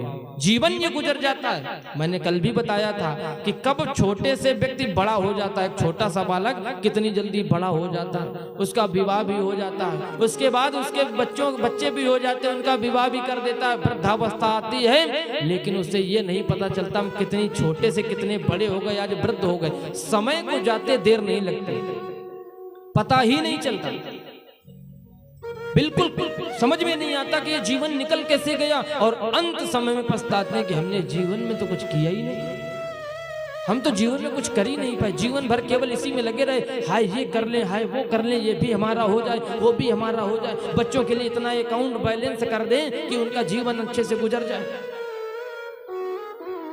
संत कहते हैं पुत्र को पुत्र तो का धन संचय, पुत्र सुपुत्र तो का धन संचय। बहुत सुंदर बात कहते हैं। यदि आपका पुत्र सुपुत्र है अच्छा है तो उसके लिए आपको बहुत सारा धन जमा करके जाने की आवश्यकता नहीं है। क्यों? क्योंकि जो सुपुत्र होते हैं वो खुद इतना मेहनत करते हैं, पिता के कहे हुए मार्ग पर चलते हैं तो स्वयं इतने धनवान हो जाते हैं। हर तरीके से प्रभु की उन पर कृपा हो जाती है, उन्हें वो आवश्यकता ही नहीं कि आप उनके लिए जोड़ के रखे जाएं। और यदि पुत्र कुपुत्र निकल गया, नालायक निकल गया, तो लाख संपत्ति जमा करके जाना और वैसे उठाएगा मदिरा की दुकान में ऐसे धकिया देगा, सब आग लगा देगा। तो ऐसा धन एकत्रित करके जाने की भी हमें आवश्यकता नहीं, ना हमें ये टेंशन करनी चाहिए। कर्म भूमि है, कर्म करेंगे तो अपने आप अच्छे बनेंगे। यदि बहुत सारा धन दे के जाओगे तो केवल एक ही काम हो सकता है, वो बिगड़ सकते हैं, कभी बन नहीं सकते उस धन से। क्योंकि जिसे बिना मेहनत का कुछ मिल जाता है तो वो उसका कभी सदुपयोग नहीं कर पाता, हमेशा उसका दुरुपयोग करता है। जैसे मैंने बहुत लोगों को देखा, जैसे ससुराल में गाड़ी मिल जाए तो देखो कैसे कान इतने एकदम चले जा रहे एकदम, और अपने पैसे से अगर खरीद के लाए साइकिल, फिर देखो 3 बार दिन में पहुंचेंगे। बच्चे खेल रहे, हटो यहाँ से, तो साइकिल से दूर रहो। और जो फ्री का मिल गया है उसकी तो दशा खराब की है, वो लिए घूम रहे, उड़ाए हैं, रोज तोड़ रहे हैं, एक्सीडेंट कर रहे हैं, क्योंकि फ्री का उसमें पैसा तो नहीं लगा है। इसलिए सभी को हर प्रकार से वो कर्म करना चाहिए जो हमारे और हमारे सनातन धर्म के लिए, हमारी आने वाली पीढ़ी के लिए अच्छा हो। जब हम आप अच्छा करेंगे तभी हमारी संतानें अच्छा करेंगे।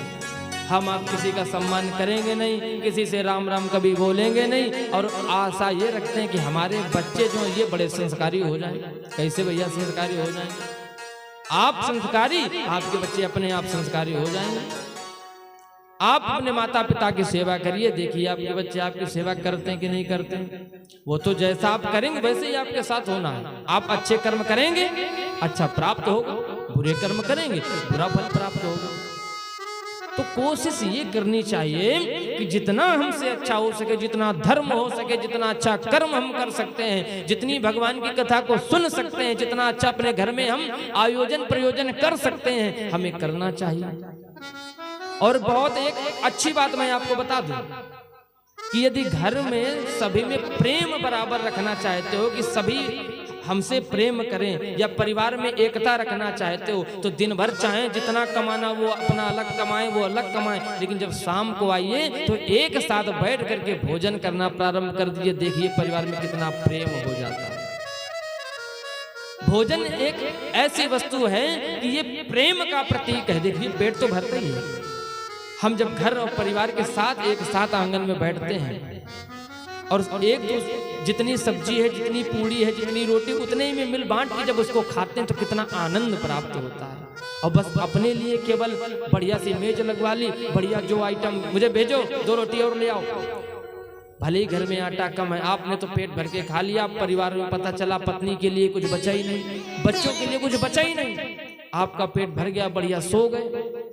तो ऐसा करने से क्या होता है, प्रेम जो होता है हृदय से वो कम होने लगता है परिवार का। भोजन एक साथ करना प्रारंभ कर दीजिए, फिर देखिए परिवार में कितना प्रेम हो। पहले के समय में ऐसा होता था, शादियां सबकी हो जाती थी, उसके बाद में जब भाई भाई एकत्रित होते थे तो एक साथ बैठ करके भोजन करते थे। और मैंने तो बहुत ऐसे लोग आंखों से मैंने अभी भी देखे, ऐसे लोग हैं जो जब शाम को काम से अपने आते हैं तो एक ही थाली में मैंने भोजन करते देखा। ये तो बहुत बड़ी बात है। आज के समय में तो अपना अलग अलग लेके अपने अपने कमरे में चले गए, वो अपना क्या खा रहे हैं उन्हें पता नहीं, वो क्या खा रहे हैं उन्हें पता नहीं, किसी से पूछना भी नहीं भैया आज तुमने कुछ खाया कि नहीं खाया। छोटा हो या बड़ा हो, माता हो या पिता हो, भाई हो या पुत्र हो, ये हमारा अधिकार है कि हमें सबसे पूछना चाहिए कि आज आपने भोजन किया कि नहीं किया। केवल ये एक शब्द ही शाम को आकर के आपने इतना कह दिया कि आपने बेटा भोजन किया कि नहीं किया, तो बेटा कितना प्रसन्न होगा, देखो पापा ने मुझसे पूछा। और यही प्रश्न, यही बात यदि पुत्र अपने पिता से पूछे कि पिताजी आपने भोजन किया कि नहीं किया, तो पिता कितना भी गुस्से में हो, जब ऐसे पूछेगा ना पुत्र प्रेम से, तो बड़ा प्रसन्न हो जाता, देखो मेरा बेटा कितना अच्छा मुझसे भोजन के लिए पूछने आया।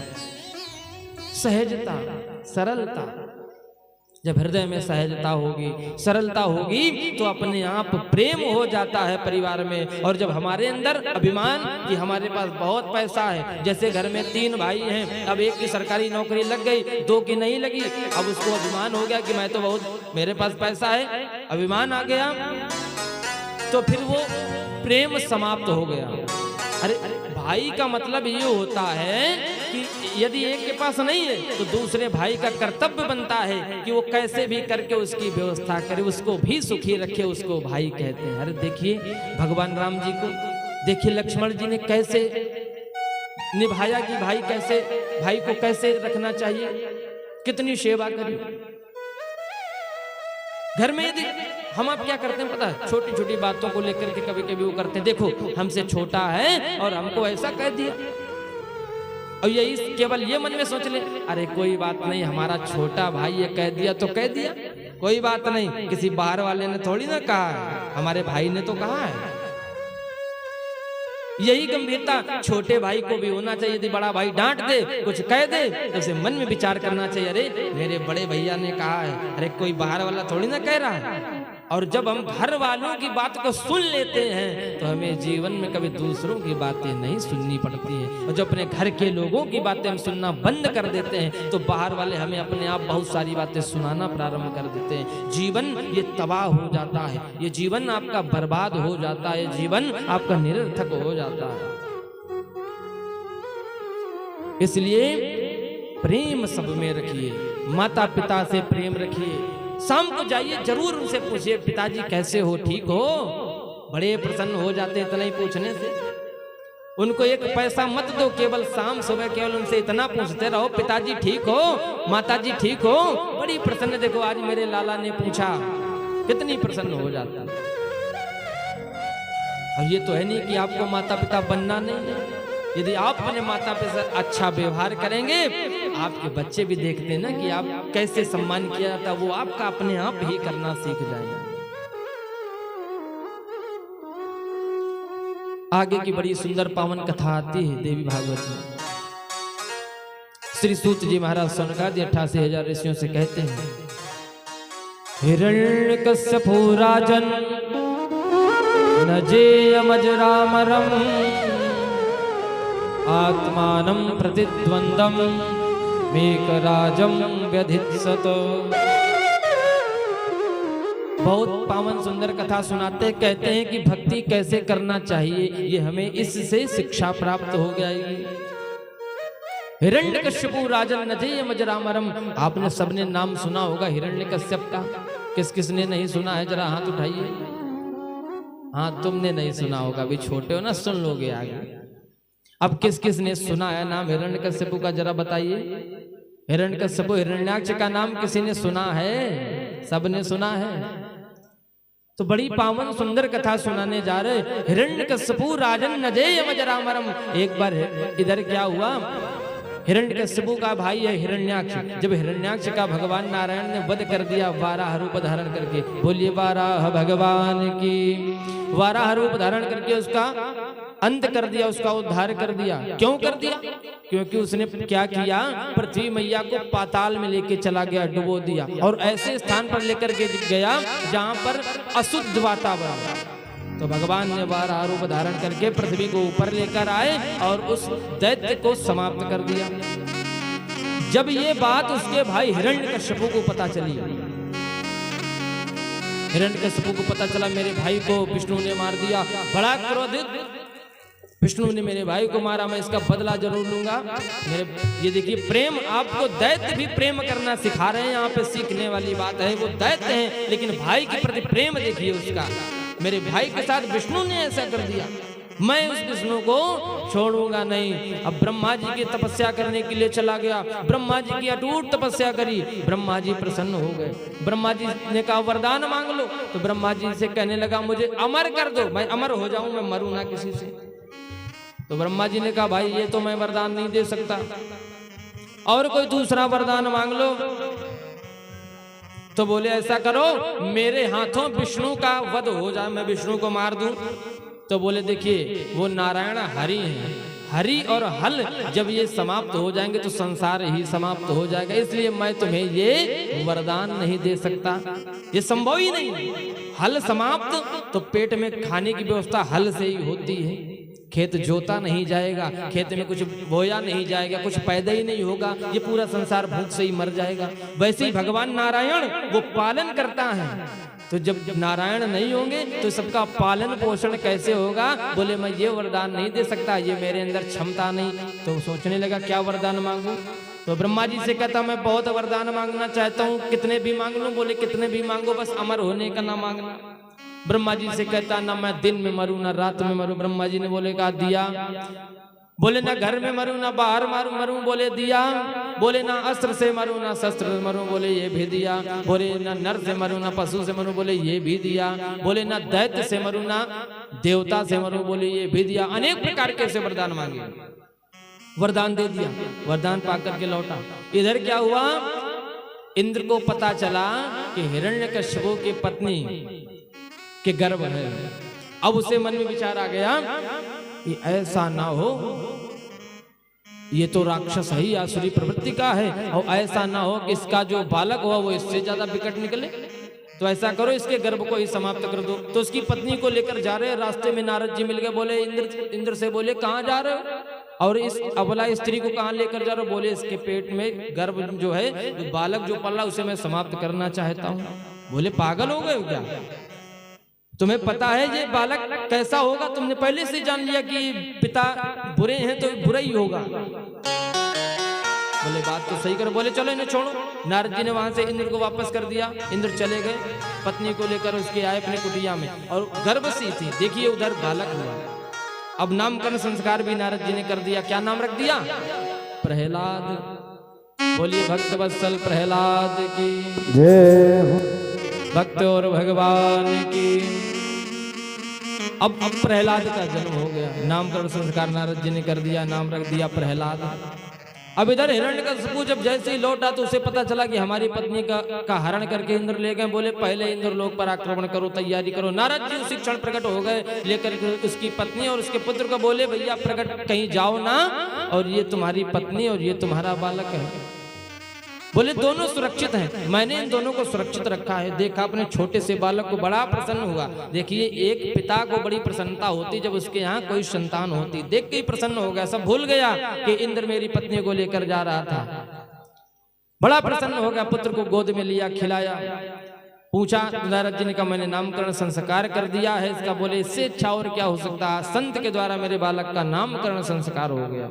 इधर धीरे धीरे अवस्था बढ़ने लगी प्रहलाद जी की। बड़े हुए, विद्यालय गुरुकुल गए, वहां पर शिक्षा दीक्षा ली, पुनः वापस आए वहां से।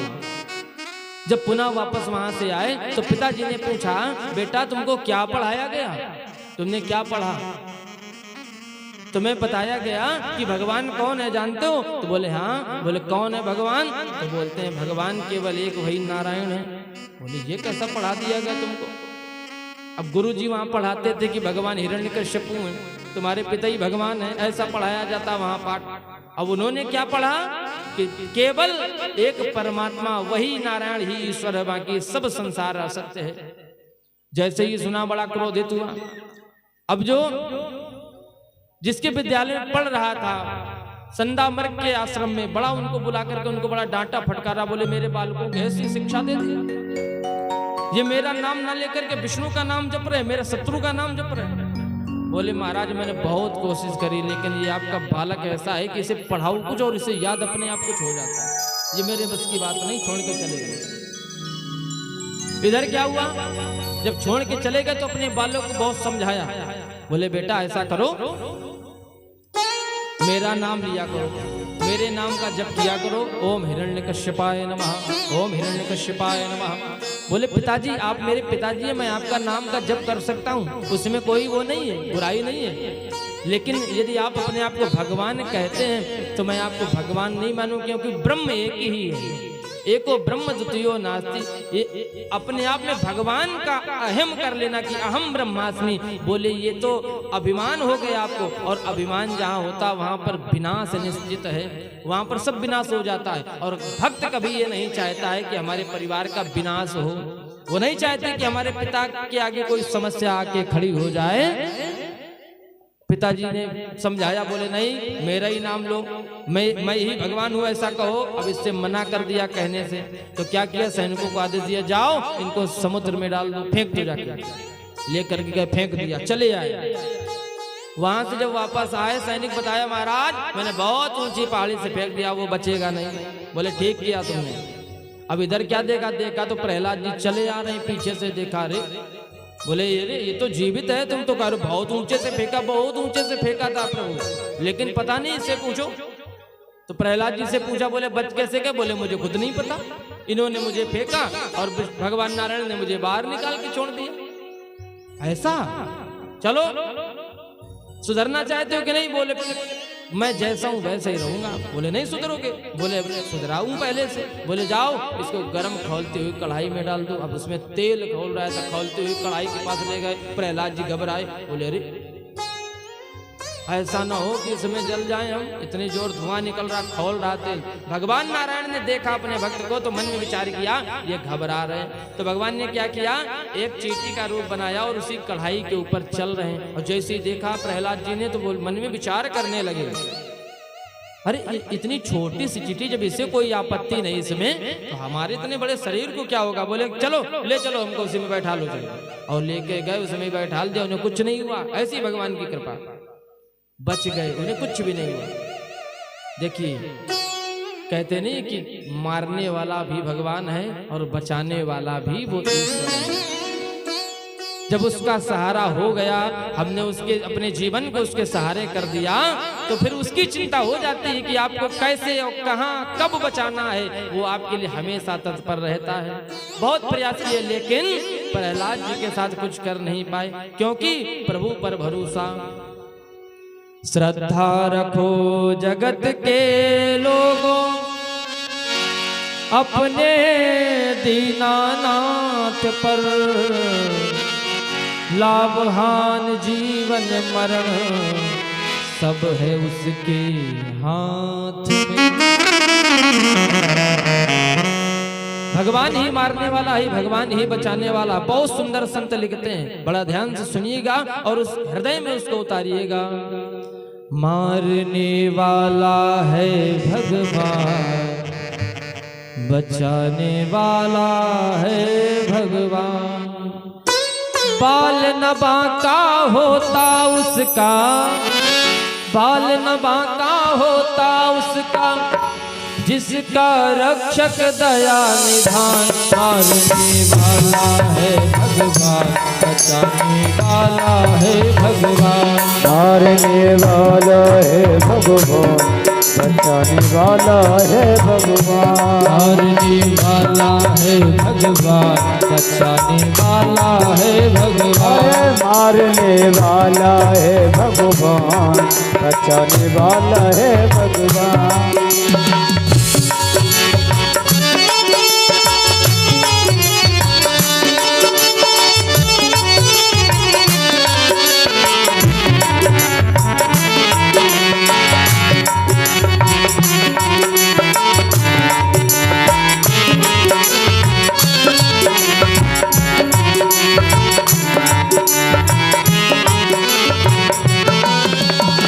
संत कहते हैं, बहुत सुंदर शब्द है, एक एक शब्द को सुनिएगा।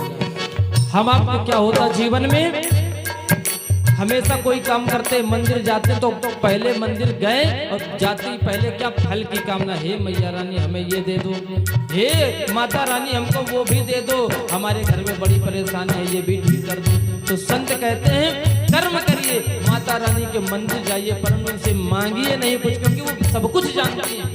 वो सब कुछ उन्हें पता है कि आपको क्या और कब कहाँ देना है, सब कुछ अपने आप मिल जाएगा। संत कहते हैं त्याग तोरे भाई फल की आशा, स्वार्थ बिना प्रीति जोड़ो। त्याग तोरे भाई फल की आशा, स्वार्थ बिना प्रीति जोड़ो। कल क्या होगा उसने जाना है।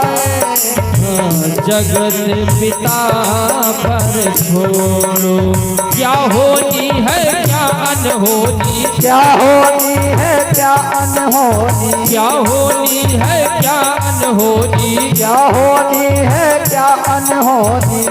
बहुत सुंदर बात लिख रहे हैं संत भगवान।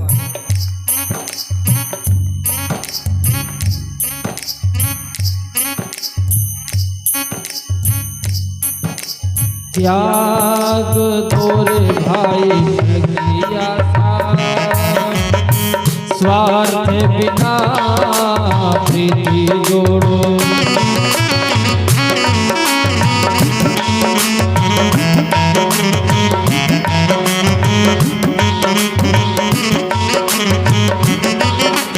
कल क्या होगा इसकी चिंता,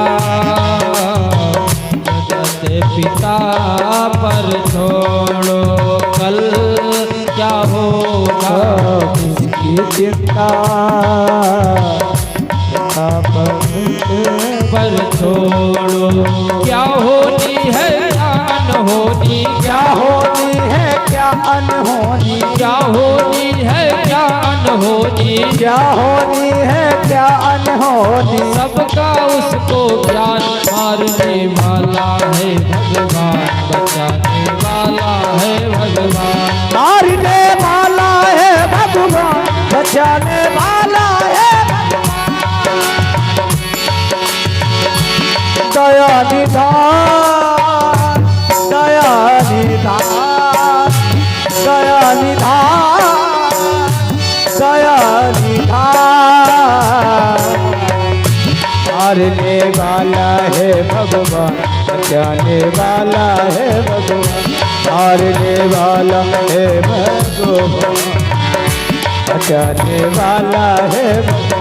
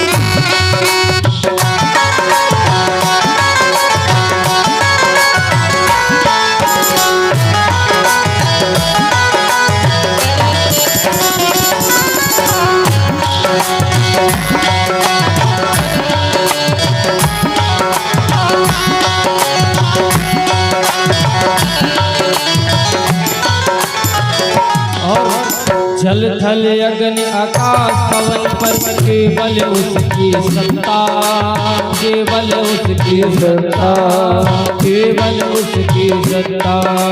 प्रभु इच्छा के बिना यहाँ पर हिल न सके पत्ता, हिल न सके न पत्ता, हिल न सके न पत्ता। उसी का सौदा यहाँ पे होता, उसी का सौदा यहाँ पे होता, उसी का सौदा यहाँ पे होता, उसी का सौदा यहाँ पे होता। उसकी शक्ति महान, मारने वाला है भगवान, बचाने वाला है भगवान, मारने वाला है भगवान, बचाने वाला है भगवान, मारने वाला है भगवान, बचाने वाला है भगवान, मारने वाला है भगवान, बचाने वाला है भगवान, मारने वाला है भगवान, बचाने वाला है भगवान। दया निधान, दया निधान, दया निधान, दया निधान। मारने वाला है भगवान, बचाने वाला है भगवान, मारने वाला है भगवान, बचाने वाला है भगवान, मारने वाला है भगवान, बचाने वाला है भगवान। बोलिए जगदम्बा मातु की जय जय, बोले नारायण भगवान जय जय। अब इधर क्या हुआ? उसके अंदर पूरा अटूट विश्वास कि मेरा परमात्मा हर जगह है। बोले हिरण्यकशिपु कहता क्यों तुम्हारा भगवान सब जगह? बोले हाँ पिताजी सब जगह है। बोले क्या इस खंभे में भी है? बोले हाँ इस खंभे में भी है। अच्छा, बड़ा क्रोध आया, गदा उठाई और बड़ी जोर से उस गदा से प्रहार किया उस खंभे पर। और जैसे ही प्रहार किया तो खंभा बीच से फट गया और भगवान नरसिंह रूप धारण करके सामने प्रकट हो गए। बोलिए नरसिंह भगवान की जय। जैसे नरसिंह रूप में आकर के सामने प्रकट हुए तो हिरण्यकशिपु के तो हाथ पैर कांपने लगे, भयभीत हो उठा, उसे प्राणों के संकट जान पड़ने लगे, लगता अभी कोई प्राण मेरे हरण कर लेगा। भयभीत हो गए। अचानक से याद आया, अरे मुझे तो वरदान प्राप्त है, मुझे कोई ऐसे मार ही नहीं सकता। गदा उठा ली, भगवान से युद्ध करने लगा। और जब भगवान से युद्ध करने लगा, भगवान को बड़ा क्रोध कि मेरे भक्त को इसने बहुत सताया है और इसे ज्यादा देर जीवित रहने का अधिकार नहीं। भगवान ने उससे युद्ध किया, उसे युद्ध में परास्त किया, उसको पकड़ लिया, उठा लिया और अपनी जंघा पर बैठा लिया। और घर के जो मध्य का भाग होता है उसमें एक चौखट थी, घर के बीच का भाग चौखट पे आकर के बैठ गए। अब उसको मारने के लिए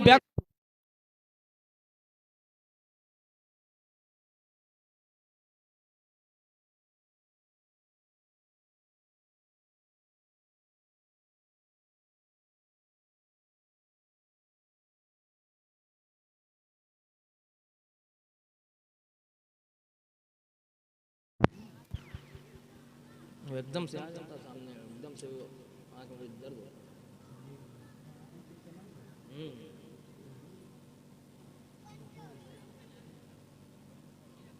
दिख रहा है।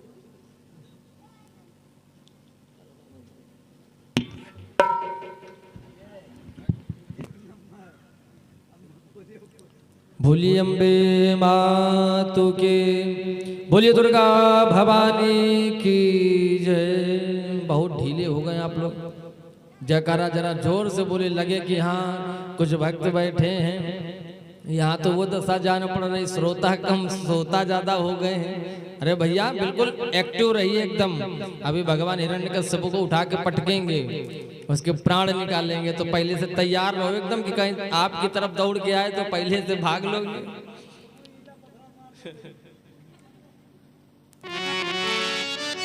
प्रेम से बोलिए दुर्गा मैया की जय हो। इधर क्या हुआ, जैसे ही हिरण्यकशिपु को उठा करके अपनी जंघा पर रखता, हिरण्यकशिपु कहता है अरे तुम मेरा कुछ नहीं कर पाओगे। हंसने लगा। भगवान को बड़ा क्रोध आया, बोले क्यों? मैं तेरा तो सब कुछ कर दूंगा, तेरा पूरा सब कुछ तुझे समाप्त कर दूंगा। तो कहता मैं तेरा कुछ कर नहीं पाऊंगा।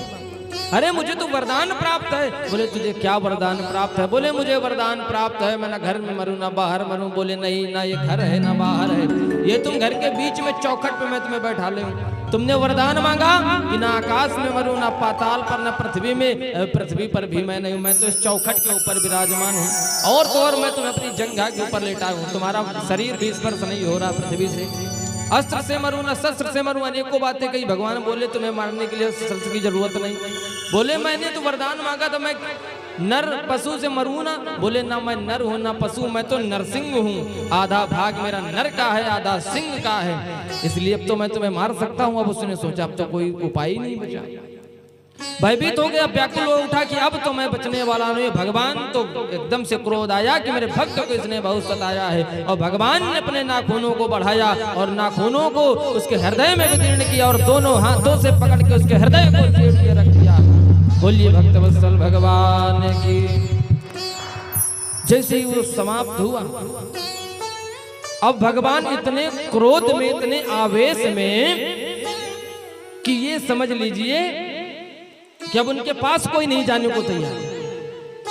कि किसी की हिम्मत ना पड़े कि प्रभु से कह दे प्रभु अब उसका समय समाप्त हो गया, वो उसका अंत कर दिया, प्रभु अब शांत हो जाओ। प्रभु का क्रोध देख के सब भयभीत है और ऐसा लग रहा है कि जैसे पूरी पृथ्वी जल के समाप्त होने वाली है। भगवान के नेत्रों से बड़ी जोर जोर से ज्वालाएं, अग्नि की ज्वालाएं निकल रही, लगता अभी पूरा संसार कुछ ही क्षणों में समाप्त हो जाएगा।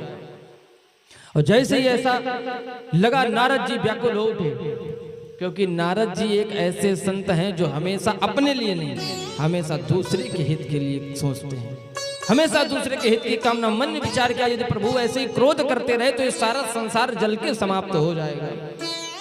बड़े मुश्किल से तो इतनी रचना बढ़ा के इतना ब्रह्मा जी कर पाए हैं, सृष्टि की उत्पत्ति अभी सब थोड़ी देर में समाप्त हो जाएगी।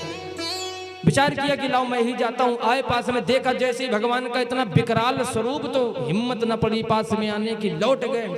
बोले अब क्या किया जाए। ब्रह्मा जी के पास गए, बोले ब्रह्मा जी और भोलेनाथ के पास जाकर कहे आप ही दोनों इनके समान हो तो आप ही लोग सामने जाओ, तो अगर कोई बात है तो समझ लोगे, आपस में हमारे बस की बात नहीं। ब्रह्मा जी कहते भैया ये मेरे बस की बात नहीं, आज तक मैंने इनको ऐसे स्वरूप में नहीं देखा, ना इन्होंने कभी इतना क्रोध किया, भैया मैं नहीं जाऊंगा। अब नारद जी व्याकुल, अब किसके पास जाएं, कौन ये कर सकता है। लक्ष्मी जी मैया की याद आई, बोले हाँ पति के सामने यदि पति क्रोधित हो किसी बात को लेकर, यदि पत्नी सरल भाव से उसके पास जाए तो पति शांत हो जाता है। अरे पत्नी आई, लक्ष्मी मैया के पास गए, लक्ष्मी मैया से कहा नारद जी ने, अरे मैया जल्दी चलो नहीं तो संसार समाप्त हो जाएगा। बोली क्या बात है। अरे बोली नारायण प्रभु को देखो तो आज कितना क्रोध कर रहे हैं, उस पापाचारी अत्याचारी का वध करने के बाद भी इतना क्रोध में कभी नहीं देखा। लक्ष्मी मैया बोली चलो चलते हैं। जैसे ही आकर देखा और जैसे ही भगवान की नेत्रों को देखा, उनके नेत्रों से ज्वालाएं निकल रही, देख करके घबराई, बोली मेरे बस की बात नहीं, मैं न जाऊं। चुपचाप वहां से लौट गई, बोली आज तक मैंने अपने पति को इतने क्रोध में कभी नहीं देखा, मैं नहीं जाऊंगी। अब नारद जी विचार करने लगे अब क्या किया गया। याद आया कि भगवान भक्त के अधीन होते हैं, भगवान केवल भक्त के अधीन होते हैं, भक्त जैसा चाहे वैसा भगवान को नचाए। याद आई, कह रही प्रहलाद जी तो वहीं पास में ही खड़े। प्रहलाद जी के पास गए, अरे बोले बेटा एक काम करो, बोले बताइए हम आत्मा जी क्या करना। अरे बोले जाओ तुम ही ये काम कर सकते हो, तुम जाओ और प्रभु के चरणों को पकड़ लेना, तो प्रभु कम से कम क्रोध शांत करें, तुम ही जाके उनको शांत करो। प्रहलाद जी को जैसे कहा, प्रहलाद जी ने हाथ जोड़कर प्रणाम किया, बोले मेरे प्रभु के पास जाने के लिए मैं कब से व्याकुल था, आज मेरे सामने बैठे। दौड़ करके गए और दौड़ करके जाकर प्रभु को ऐसे पकड़ लिया जोर से, और जैसे ही प्रभु को पकड़ा वैसे प्रभु का क्रोध शांत हो गया। नेत्र उसमें जो अग्नि निकल रहे थे, नेत्रों से अश्रु बहने लगे, प्रेमाश्रु बहने लगे। अपनी जिह्वा से उस प्रहलाद को चाटने लगे, बड़ा प्रेम करने लगे, गोद में उठा लिया प्रहलाद जी को, अत्यंत प्रसन्न अत्यंत हर्ष। प्रहलाद जी से कहते हैं बेटा मुझसे तुम वरदान मांगो। क्या वरदान मांगो। प्रहलाद जी बोले मुझे आपके दर्शन हो गए, अब इससे बड़ा और वरदान क्या चाहिए। देखिए हैं छोटे से बालक लेकिन ज्ञान कितना है। कहते नहीं कि ज्ञान किसमें कितना हो जाए ये बड़ी बात नहीं है। ऐसा नहीं कि कोई छोटा है तो उसे ज्ञान नहीं होगा। कभी कभी छोटे बच्चे घर में ऐसी बात बोल देते तो बड़ा सोचने पर विचार करना पड़ता है, यार इसको ये बात कैसे पता, इतनी ऐसी बात बता दी कि इसको तो इतना ज्ञान ही नहीं है, ऐसे कैसे जानता है। तो किसे कब कितना ज्ञान हो जाए ये भरोसा नहीं, परमात्मा किसे कब कितनी बुद्धि प्रदान कर दे। प्रहलाद जी ने कहा प्रभु मुझे बस आपके चरणों की सेवा चाहिए। बोले तुम्हें सेवा तो मिलेगी लेकिन तुम्हें बहुत कुछ देखना, अभी तुम्हें राज्य भार संभालना है और ये देखना, और मैं तुम्हें ये अपने तरफ से खुद वरदान देता हूँ कि राजपाट संभालो, इस संसार को सुखमय करो, और अंत समय जब तुम्हारी इच्छा तो सीधे मेरे वैकुंठ धाम चले आना। बोलिए नारायण भगवान की, बोलिए भक्तवत्सल भगवान की जय। ऐसी पावन कथा श्री सूत जी ने शौनकादि ऋषियों को श्रवण कराई। आगे कथा आती भगवान के अवतारों की। भगवान के अवतार, भगवान ने पहला अवतार लिया सनक सनंदन सनातन संत गोपाल, जिनको कहते सनकादि ऋषि। फिर भगवान ने 12 रूप धारण किया। उसके बाद भगवान ने नारद जी के रूप में आकर जन्म लिया। मतलब जो जितने मैं नाम बता रहा हूं ये भगवान के ही अवतारी हैं। उसके बाद भगवान ने नर नारायण का अवतार ग्रहण किया। उसके पश्चात कपिल देव के रूप में आए, फिर दत्तात्रेय के रूप में आए, 24 गुरु बनाए, और उसके बाद यज्ञ भगवान के रूप में अवतीर्ण हुए, लोगों का कल्याण किया, संतों का कल्याण किया। ऋषभ देव के रूप में आया, राजा पृथु के रूप में अवतार ग्रहण किया। उसके पश्चात मत्स्य रूप में अवतार ग्रहण किया भगवान ने, मछली का रूप धारण किया और वेदों की रक्षा करी। तत्पश्चात भगवान ने कच्छप अवतार धारण किया। जब समुद्र मंथन हो रहा, तो समुद्र मंथन के समय पर्वत नीचे ही चला जा रहा, तो कछुए का रूप बना करके भगवान गए और उसको रोका, जिससे समुद्र मंथन सफल हुआ। उसके पश्चात भगवान ने धन्वंतरी रूप धारण किया। धन्वंतरी रूप धारण करके भगवान अमृत का भरा हुआ कलश लेकर के आए। उसके बाद भगवान ने मोहिनी रूप धारण करके वो अमृत देवताओं को पिला दिया। उसके बाद भगवान ने नरसिंह रूप धारण करके, आपने भी कथा सुनी, हिरण्यकश्यप का उद्धार किया, हिरण्याक्ष का उद्धार किया। उसके पश्चात भगवान ने वामन रूप धारण किया। वामन रूप में आए, राजा बलि से 3 पग भूमि में पूरे त्रिलोकी को नाप लिया, कुछ शेष बचा ही नहीं। ऐसी पावन सुंदर कथा, ऐसा वर्णन। उसके बाद भगवान ने परशुराम अवतार ग्रहण किया।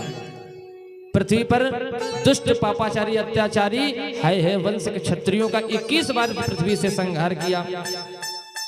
इसके बाद भगवान व्यास जी के रूप में आए और 18 पुराण, 6 शास्त्र, 4 वेद, न जाने कितने उपनिषद बनाए लोगों के कल्याण के लिए। इसके बाद भगवान राम जी के रूप में अवतार ग्रहण किया। उसके बाद बलराम जी के रूप में भगवान कृष्ण के रूप में अवतार ग्रहण किया, हरि अवतार ग्रहण किया, गजेंद्र का उद्धार किया। उसके बाद भगवान ने हंसा अवतार ग्रहण किया, फिर बुद्धा अवतार ग्रहण किया। अब क्या चल रहा है? कलयुग। अब कलयुग में भगवान कल के रूप में अवतार ग्रहण करेंगे। बोलिए कल की भगवान की। संत लिखते हैं कि कलयुग में भगवान कहां पर अवतार ग्रहण करेंगे? संभल ग्राम मुखस्य ब्राह्मणस्य महात्मनः भवने विष्णु यशसः कल की प्रादुर्भविष्यति। संभल ग्राम मुख्यस्य, भगवान जब जन्म लेंगे, जब घोर कलयुग आएगा, अभी तो कलयुग का प्रथम चरण है, अभी शेष बहुत बाकी है। तो प्रथम चरण में ये हालत है, जब बहुत लोग अत्याचार करेंगे, संतों पर अत्याचार करेंगे, गौ माता पर घोर अत्याचार करेंगे, भाई बहन में स्नेह प्रेम समाप्त हो जाएगा, पति पत्नी में स्नेह समाप्त हो जाएगा, केवल बस धनोपार्जन, धन कमाओ, कैसे भी कमाओ, हाय ये भी कर लो अपना, वो भी, बिल्कुल अत्याचार होगा। भाई भाई एक दूसरे में लड़ झगड़ के मर जाएंगे जब ऐसी पोजीशन आ जाएगी। संतों महात्माओं से लोग कथा नहीं करवाएंगे, जब संत महात्माओं को लोग जब दंडित करेंगे, तो भगवान संत महात्मा गाय के लिए, जो भगवान के भक्त हैं उनके कल्याण के लिए भगवान अवतार ग्रहण करेंगे। संभल ग्राम मुख्यस्य, संभल नामक ग्राम में वो जन्म लेंगे। संभल ग्राम मुख्यस्य ब्राह्मणस्य महात्मना, ब्राह्मण के घर में जन्म लेंगे। और ब्राह्मण कौन? भवने विष्णु यशसा, किसके घर में आएंगे? विष्णु यश नामक ब्राह्मण होंगे, उनके संतान के रूप में वहां पर वो जन्म लेंगे। पिताजी का नाम होगा विष्णु यश, भवने विष्णु यशसा कल की प्रादुर्भविष्यति। बोलिए कल की भगवान की जय हो। ऐसी पावन सुंदर कथा श्री सूत जी महाराज ने किसको सुनाई? किसको सुनाई जरा बताइए? सौनकादि 88,000 ऋषियों को, और हम आपको सुना रहे हैं। आगे की बड़ी सुंदर पावन कथा सुनाते हैं प्रभु। आगे देवी भागवत में, इसके बाद भगवान कृष्ण के जन्म की कथा थी। ये सब बहुत विस्तार में नहीं, ये सूक्ष्म में ही बताई जाएंगी, क्योंकि भागवत तो है नहीं, ये देवी भागवत है, तो सूक्ष्म रूप में इनका भी वर्णन कर लेते हैं। भगवान कृष्ण के अवतार से पहले रामावतार की थोड़ी कथा आती है, चलिए उसमें भी थोड़ा प्रवेश करते हुए फिर चलते हैं कृष्ण की ओर। बोलिए दुर्गे मैया की जय हो। इधर क्या हुआ? श्री सूत जी महाराज सौनकादि 88,000 ऋषियों को कथा सुना रहे थे। सौनकादि 88,000 ऋषियों ने पूछा, महाराज दशरथ के तो कोई पुत्र थे नहीं, और अचानक ऐसा क्या हुआ कि 4 पुत्र हो गए? ऐसी कोई कथा है क्या? हमें बताएं। और मानस में 200 में तुलसीदास जी ने लिखा है, एक बार भूपति मन माही भय ग्लानि मोरे सुत नाही। जहां पर एक बार शब्द आया है वहां पर कुछ विचारणीय व्यवस्था बन जाती है। अब एक बार भूपति मन माही, केवल एक ही बार महाराज दशरथ के मन में ये ग्लानि क्यों हुई कि मेरे कोई पुत्र नहीं? उससे पहले क्यों नहीं? तो महाराज सौनकादि ऋषि सूत जी महाराज से पूछते हैं वो ग्लानि उनको भई कब और क्यों हुई? तो कथा सुनाते कहते हैं एक बार स्वर्ग में एक बहुत बड़ी सभा चल रही थी। उस सभा में बड़े बड़े राजा, बड़े बड़े देवता सब विद्यमान थे। उस सभा में महाराज दशरथ को भी आमंत्रित किया गया था। महाराज दशरथ भी वहां पर पहुंचे और महाराज दशरथ जी जब पहुंचे, सभा पूरी हुई। सभा के बाद जब सब जाने लगे तो महाराज दशरथ भी उठ के चल दिए। और जब महाराज दशरथ उठ के चल दिए तो इंद्र ने कहा, अरे सेवक से कहा कि जिसमें दशरथ जी बैठे थे उसको जरा धुलवा दो, इसको स्वच्छ करा दो। अब ये बात दशरथ जी के कानों में पड़ी, बड़ा दुख हुआ। मन में विचार किया और क्यों समझ गए उस बात को, क्योंकि उनके संतान नहीं थी, इसलिए उनको अशुभ समझा। इंद्र ने बड़ा मन में ग्लानि हुई, एक बार भूपति मन माही भय ग्लानि मोरे सुत नाही। एक बार भूपति मन माही जय जय सीताराम, और भय ग्लानि मोरे सुत नाही। जय जय सीताराम भजो सिया रामा रामा, ओ जय जय सीतारामा भजो सिया रामा रामा, जय जय सीतारामा भजो सिया रामा रामा, ओ जय जय सीतारामा भजो सिया रामा रामा, जय जय सीतारामा रामा। एक बार भूपति मन माही भय ग्लानि मोरे सुत नाही। एक बार जब ग्लानि हुई तो फिर वो महाराज दशरथ ने क्या किया, उसी क्षण गुरु के पास गए। देखिए मैंने उस दिन बताया था, पहले दिन मैंने बताया था कि गुरु करना कितना आवश्यक होता है। अब गुरु ना किए होते, गुरु ना होते तो फिर कहाँ जाते अपनी समस्या को लेकर के। अब गुरु किए थे तो उसी क्षण जैसे ही समस्या सामने आई वैसे ही गुरु की शरण में गए। गुरु ग्रह गयो तुरंत महिपाला, जय जय सीताराम। गुरु ग्रह गयो तुरंत महिपाला, जय जय सीताराम। चरण लाग कर विनय विशाला, जय जय सीताराम भजो सिया रामा रामा, जय जय सीतारामा भजो सिया रामा रामा, जय जय सीतारामा भजो सिया रामा रामा, जय जय सीतारामा।